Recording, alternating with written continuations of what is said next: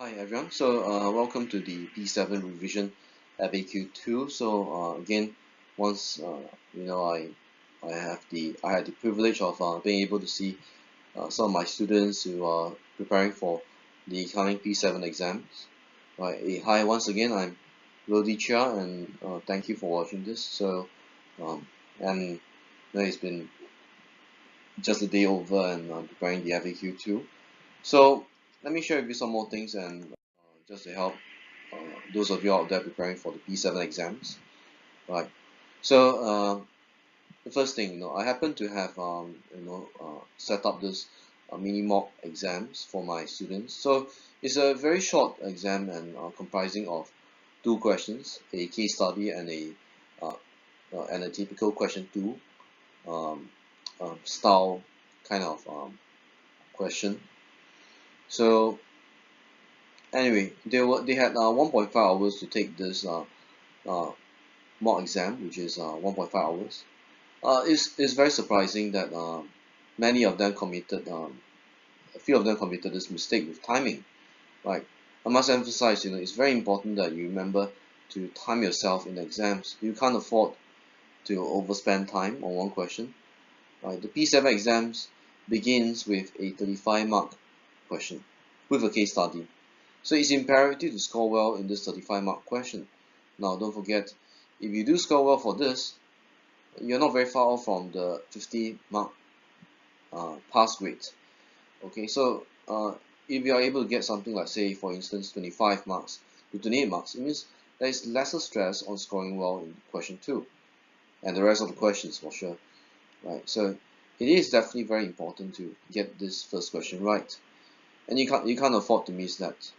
And not forgetting, not just doing well in it, but doing well within the allocated time.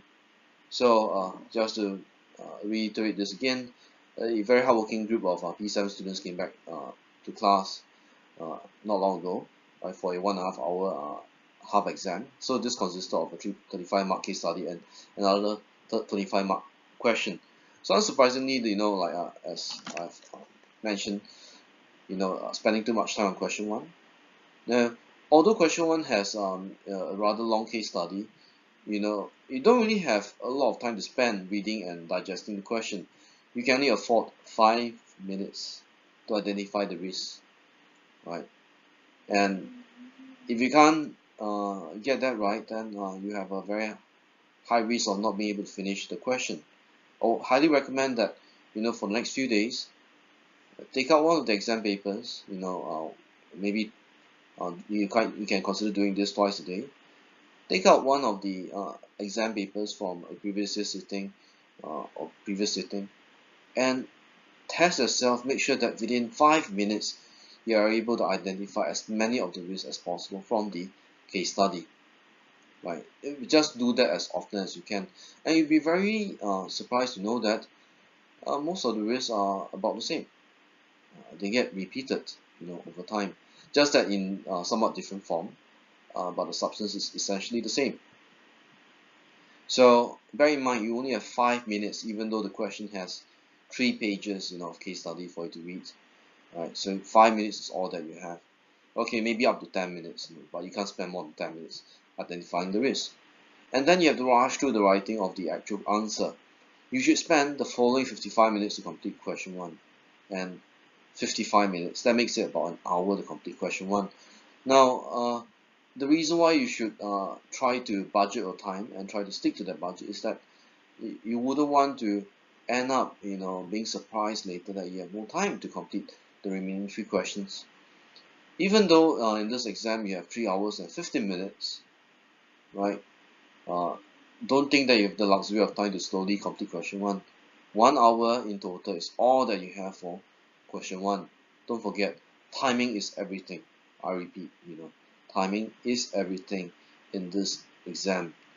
Now, I can say so with such confidence because my students that have taken this, they generally have some idea, what the risks are, but uh, the thing was that they spent too much time reading and thinking, then that deteriorated the chances of getting a pass grade for the exam.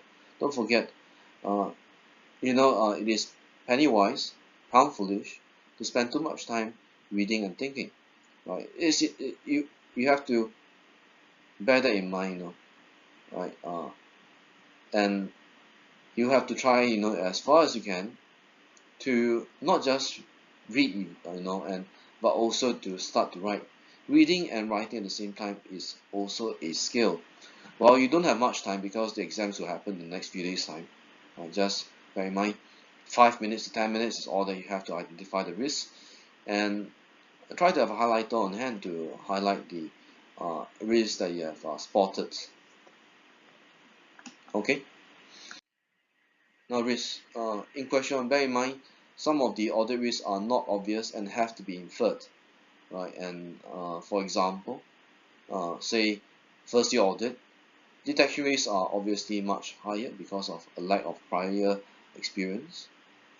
Well, it's not very obvious if you were to read the case study once like that. You must have already attempted a question like this previously, then you will know that, oh, this is first year audit, therefore you expect higher uh, extents of detection risk. Okay, another example. A company due for listing within the next year. Now, this will therefore lead to higher risk of management bias, which means greater likelihood of very aggressive revenue recognition, and at the same time, uh, you could say that there is also a somewhat higher likelihood of management being uh, biased towards overstating assets and understating liabilities in a statement of financial position. The other risks include likely overstatement of revenues and obviously understatement of liabilities. Okay, so bear in mind, when you read statements like this, be very careful. The few words that says due for listing is not as simple as it sounds. Okay, it's not just due for listing. Just remember, it leads to higher risk of management bias. Okay. Another example, and I seen this in a few of the past year exams, and that's about loan covenants. Now, if you have never heard of these terms, this term before, this basically means the conditions attached with a bank loan, right? A bank loan covenant is, if I can use the word, is sacred, and cannot be breached. Some examples of covenants would be like, for example, assets are not supposed to be sold without the permission, okay, without the approval of the lender.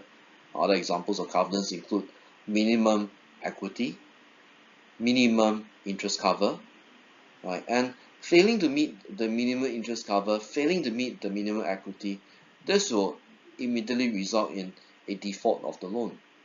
Yes.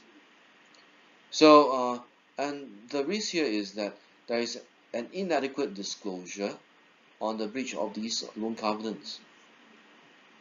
Okay. So when you read, the case study, beware of these terms because they actually have some other things you need to infer from it. You can't just take this as, uh, as like any other words that you see in the case study, right? They have certain meaning. Okay, so back to my point, some audit risks are not obvious and have to be inferred. So how do you get that right? Well, pick up one of the past exam papers, go through the question, and try to identify the risks that as many as you can in 5 minutes, right? Do that for each of the exam papers in the past 3 years. That should give you a rough idea like what are the risks to watch out for.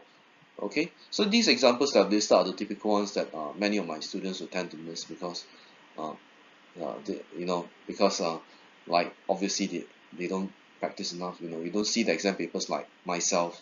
I see these exam papers almost daily, and I think about these papers. So as for yourselves, being students, you don't see this like us.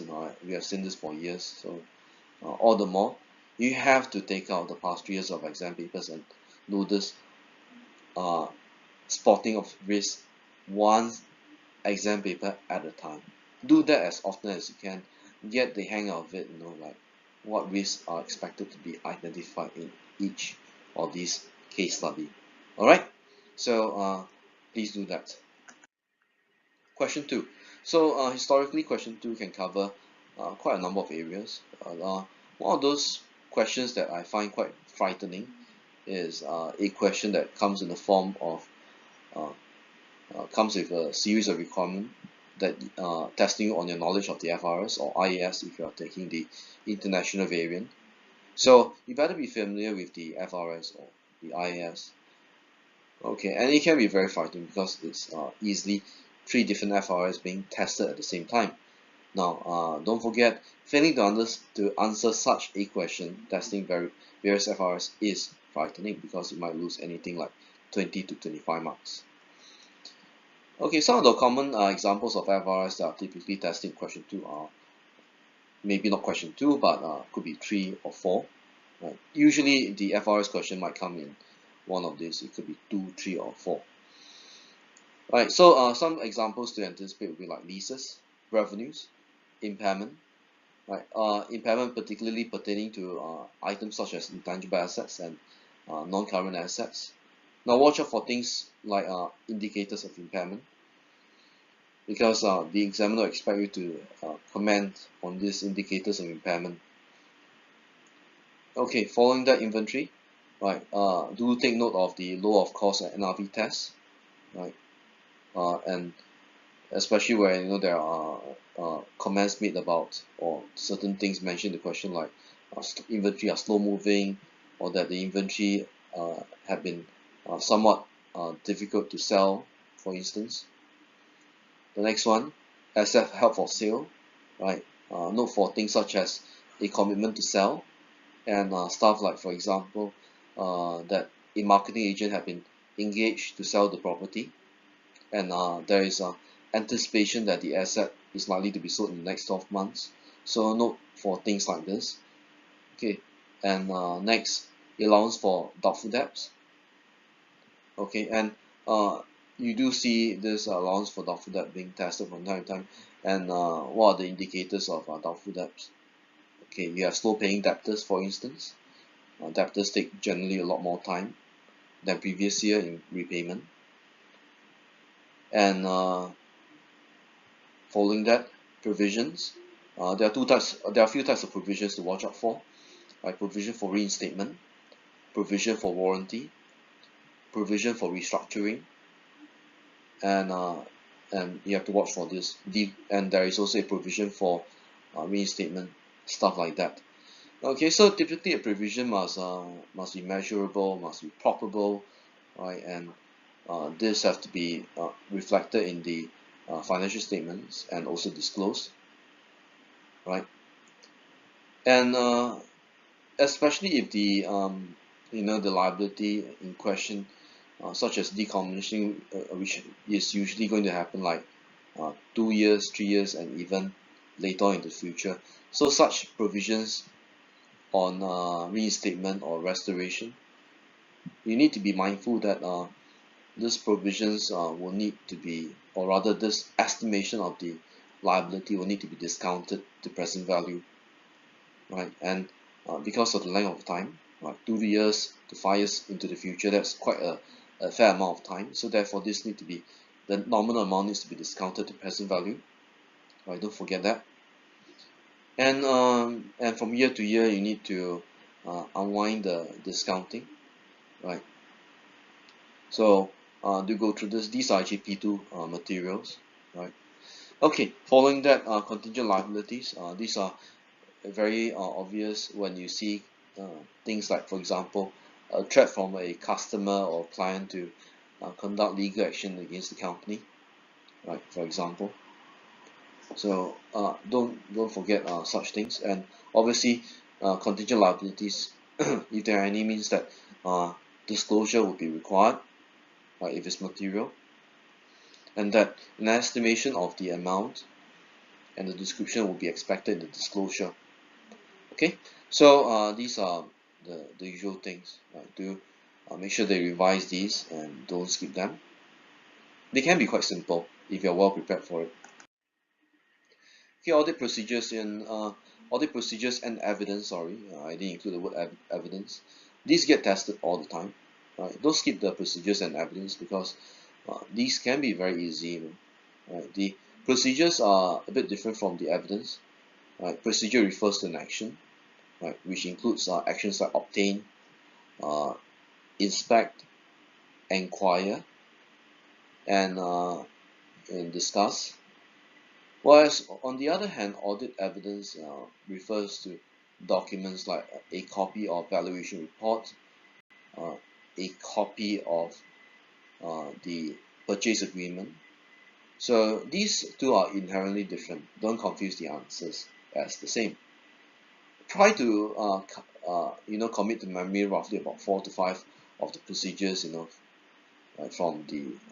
from each of the past 3 years of exams. And in each sitting there is easily a few of these procedures that you can pick up. Okay, so to go through the procedures that have ever been tested for the past 3 years. It gives you a very good indication of what procedures are typically required. Now, some procedures are also repeated across different account classes. So as you go through the past 3 years worth of exam papers, it would somehow assist you in answering the procedures, if there are, in the coming exams, even though it might not be exactly the same as the past 3 years of exams. Okay, and that gives you an easy 5 to 10% uh, of the marks in the exams. Okay, ethical principles and threats, occurs from time to time. Don't forget them. Okay, try to refresh on the typical threats and the appropriate safeguards. And typical safeguards include familiarity, intimidation, self-review, self-interest, and advocacy. Right, and they are all a bit different. Right, I won't try to revise with you all of them, but try to go through them. Go through each of these from your lecture notes or your textbook. You can find this on the ACCA website. Okay, safeguards include staff rotation, review, and decline. You decline the assignment from the client. Okay, and certain of these threats cannot be mitigated with safeguards like rotation and review. Take for instance, the client requesting the audit firm to represent them in the court regarding a legal dispute. Now, this will give rise to an advocacy threat, and such advocacy threats are too significant that there is no way to mitigate with certain safeguards like rotation and review. So the only solution to this is to decline, to represent the client in the court with regards to the with regards to legal or tax dispute. Okay, so try to be familiar with the different kinds of safeguards that apply in the different cases, right? Okay, finally, I do not just write what you studied. I'm sure that many of you out there are studying very hard for the exams, but you're not supposed to write down and regurgitate what you have studied. It doesn't help. You still have to tailor your answer to the exams, and that's actually mentioned in the examiner's report. Tailor your answer, right? Because if you just repeat everything wholesale, it won't help you in any way. Tailor your answer. Try to craft your answer to fit the exams. Now, you usually lose marks, and I like to repeat that if you use vague terms to answer questions on audit procedures and audit evidence. Like, for example, check the documents. Now, check the documents is not allowed. You can't use words like this. Check the documents doesn't say anything much about your understanding. You have to be very specific to mention things like examine the loan agreement, for instance, or you have to mention things such as review the loan agreement. Okay, so it has to be very specific. Okay, for more details, you can refer to the past year exam paper and model solutions. Right? So vague terms would surely cause you to lose marks, especially if you're trying to use these to answer the audit procedures and audit evidence questions. Right? And I mean, even to today, I still see some students who are very prone to use the terms document. Now, if you're going to use the term document, you need to specify what is the nature of such documents. Is it documentation pertaining to impairment testing, or is it documentation pertaining to such things as, say, for instance, uh, the review performed. Okay, so you have to be very specific, not just documentation, and that's that. Okay. Adding on, don't skip the audit opinion topic. You can't afford to skip that, and that is one of the most unpopular questions. I mean, in my opinion, especially for the class that I've taught. Many students try to avoid the topic of audit opinion, but if you really look at it carefully, it may actually be the easiest question among all of the 5 questions in the exams, right? Don't write off this question on audit opinion and audit report. Okay, and the audit report topics on like KAM, key audit matters, and emphasis on matters can be very simple too, right? So do revise them. Okay, and finally, uh, I hope that this has been informative. I have done a revision FAQ1, FAQ2, right? And wherever you are taking these exams, I wish you all the best, right?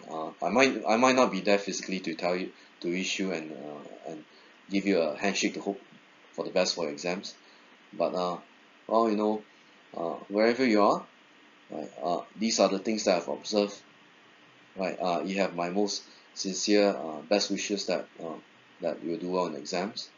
Now, don't give up, and even if you find that the question seems overwhelmingly difficult, don't forget that um, there is no failing unless you have given up.